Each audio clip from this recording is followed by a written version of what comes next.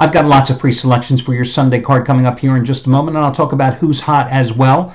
But listen, can I just give you a piece of advice, something that has served me so well over the years? And I'm going to use yesterday's card as a point of reference. So I narrowed down the Saturday college football card to about 6 or 7 games I really liked. And the 3 games I liked most: Syracuse and Florida State, Missouri and Purdue, New Mexico State. Of those 3, I quickly eliminated New Mexico State, because I just have this little motto that it's always kind of borne fruit. Don't put good money on bad teams. And the Lobos and Aggies are both bad teams. And laying 3 points with New Mexico, even though they won handily last night, I'm not going to look back in retrospect and say, oh, I should have been in New Mexico, it was an easy win. I eliminated that from my little bucket. But then I had those other 2 games, and I loved them both.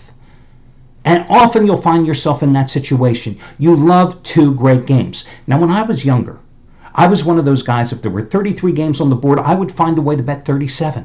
And I always lost money because I was betting too many games. As I got wiser, as I got older, I realized that the way for me to make money was to find one game and pound it hard. And that's the key to my success as a gambler. That's why I always release just 1 play a day, and I bet 1 game a day, and that's all I do. But I love both of those games equally. When I get that myself in that situation, I take a step back and I reflect. Because otherwise it's like asking, which one of your 3 children do you love the most? You just can't do it. Or at least I hope you can't do it. That's the bottom line. You just can't do it. And when I step back and reflect, what I do is I apply the handicapping principles that I bring to the table every single day. And in that case yesterday, I thought, is this a trap game? Should I be concerned with laying points with a road favorite that isn't a very good road team? So I thought about it. Missouri and Purdue. Is it a trap game? A Purdue team that so many things were expected of the Boilermakers this year, and they were off to an 0-2 start. Then I thought about a road favorite in Purdue.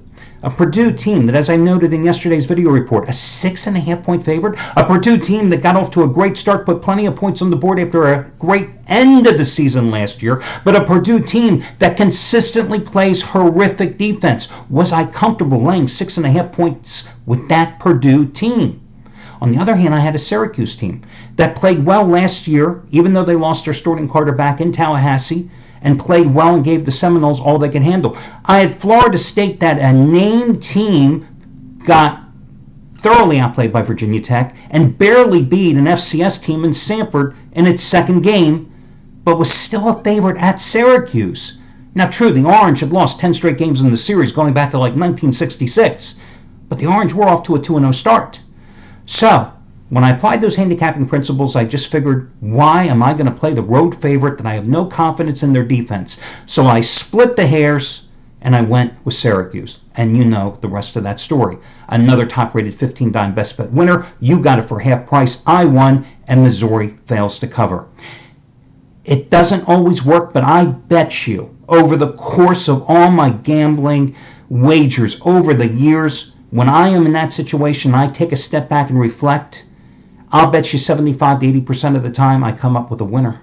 When I'm patient, rather than sitting there, driving myself crazy, trying to thread that needle without that period of retrospection. So just take a moment, sit back, and just reflect and look at your handicapping principles. As I always say, dance with the girl you brought, and then try to thread that needle rather than doing it at a moment's notice. Just my own personal advice to you. Okay, so who also won yesterday, and I'll get to your free picks in just a moment. Chris Jordan, props going out to him. After a great start in college football, it got even better yesterday with a 2,000-star double your wager college winner number 36 out of 54 with Army over Hawaii that you got for over half price off. Today, 14th ever double your wager NFL release in his 36 years in the business. It's on Miami and the New York Jets. Keep in mind that in the NFL, $1 bettors have won a little over $23,000 since the 2015 seasons. This is just as strong as yesterday's winner on Army, twice as strong as last Sunday's 1,000-star winner on Baltimore by 44 over Buffalo. $1 bettors have made a little over $173,000 with his 1,000-star plays or higher since the 2006 season. And with all his plays over the past 21 and a half months, $1 bettors have won a little over $56,000. You get it as the half price play of the day by using coupon code Chris. As for me, well, I've got another top-rated 15-dime release, just as strong as yesterday's winner on Syracuse. Top-rated 15-dime winner number 13 out of 17. It's Arizona and Los Angeles on the late card. 15-dime winner 13 out of 17 as I go for winning day number 51 out of 78. And just like yesterday's winner, you get it for half price off by using coupon code HALF. All the other discounts and coupon codes among a number of hot handicappers are over on the homepage. Let's get to your complimentary plays. On the late card, I think there's a great teaser possibility out there using San Francisco and Denver. Listen, with teasers, I love looking at home favorites that are laying anywhere from 6 to 9 to 10 points and taking them in a two-team 6-point teaser, just asking them to win at home. I'm looking at Denver laying 6.5. I'm looking at San Francisco laying 6. Why not take the Broncos and 49ers, both at near pick'em situations today? Denver laying the 6.5 at home against Oakland. I went against Oakland on Monday night. Raiders played competitively in the first half because the Rams allowed them to stick around in that game. Denver, not a great performance against Seattle, but they got the job done, especially because Von Miller was just tremendous with 3 sacks, forced 2 fumbles, recovered a fumble. The Denver defense was absolutely great in that game with 6 sacks in all, taking on an Oakland team that's coming off a 33-13 home loss on Monday night, going on a short week, going to Denver where the Broncos have won and covered 5 of the last 6 home meetings in this series.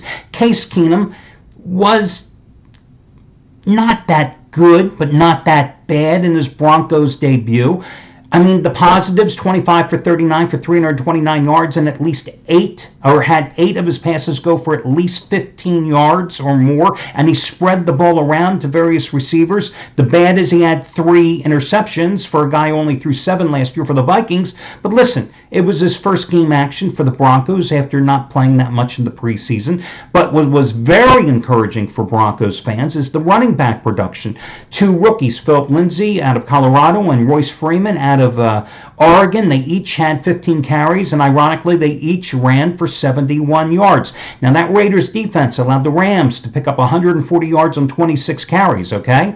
So I think that Denver can win this game outright at home. Oakland has failed to cover 13 of its last 15 games going back to last season. On the other hand, you have San Francisco, a 6-point favorite at home against Detroit, a Lions team that no-showed on Monday night. Again, short week, now traveling across country. San Francisco coming off a 24-16 loss at Minnesota. Losing to the Vikings in Minnesota is nothing to be ashamed of. The Niners had 4 turnovers. They have offensive line problems. Lions have no pass rush. Lions just, oh my God, they looked awful. I'm willing to invest in San Francisco and say the 49ers can win this game. And all I need is San Francisco and Denver to win these games straight up. Would I bet them straight up? No. Will I play them in the teaser? Absolutely. Love that teaser with those 2 teams. I also, on the early card, like the Chargers to get the job done minus the 7.5 at Buffalo, because I watched Josh Allen in the preseason. I wasn't that impressed. Listen, I think he has the potential to be a good quarterback. Strong arm, good scrambling ability, playing behind an injury-riddled, inexperienced offensive line. An offensive line that gave up 6 sacks to the Baltimore Ravens last week in that 44-point road loss. A team that is forcing him to be their starter when he's not ready. San Diego took care of Nathan Peterman last year. Remember, Peterman made his first start against the Chargers. They intercepted him 5 times in the first half. How ironic is this? Peterman loses his starting job after that pathetic first half performance against Baltimore last week, gives way to Josh Allen. Now Josh Allen is taking over. His first start is going to come, ironically, against the San Diego Chargers or the LA Chargers. How bizarre is that? Chargers outplayed Kansas City last week. I mean, put up 541 total yards on the board. And Phillip Rivers had a great game, 424 yards and 3 touchdowns. But a couple of costly turnovers and special team failures led to the Chiefs getting the win. I think they bounce back, and I'm willing to lay the 7 to 7.5, and naturally I'm buying down the half point in either situation with Los Angeles in this spot. And your other complimentary play, I like Washington. I used Washington last week as a free pick. I'm willing to go with the Redskins at home minus the 6 over Arizona. Over Indianapolis. I went against Indianapolis last Sunday with a 15-dime best bet on the Bengals. The Redskins coming off a 24-6 win at Arizona. Alex Smith, a very efficient game, 21 for 30, 255 yards, 2 touchdowns. The Redskins' ground game was very efficient as well. I think they had 186 yards among the 429 yards in offense the Redskins had in that game. Redskins had 29 first downs in that game, held Arizona to just 14. Indianapolis was outscored 17-0 in that fourth quarter by the Bengals, and that's why they lost that game. Andrew Luck, 39 for 53, 319 yards, 2 touchdowns, right? But it was all like the dunk and dine type of variety of passes, all very short to medium routes he was connecting on because the offensive line didn't provide him much protection.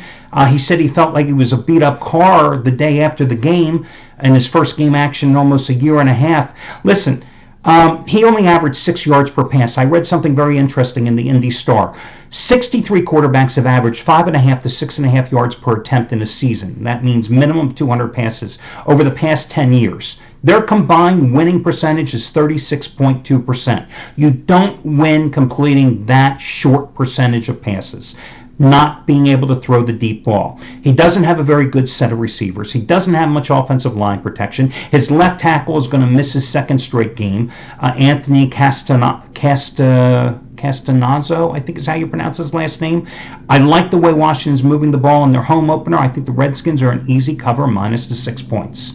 Listen, I think you could put Washington in that teaser with Denver just as easily as you could put San Francisco in that teaser with Denver. Matter of fact, I think it's maybe even a stronger teaser, Washington and Denver, if you're worried at all about San Francisco because San Francisco has some injury problems in their offensive line at running back. I don't see the Redskins losing. So, again, I think you could put Washington in there with Denver instead of San Francisco, and I like the Chargers, and I like the Redskins straight up as well. Those are your free picks. I wish you well, and I'll talk to you again tomorrow.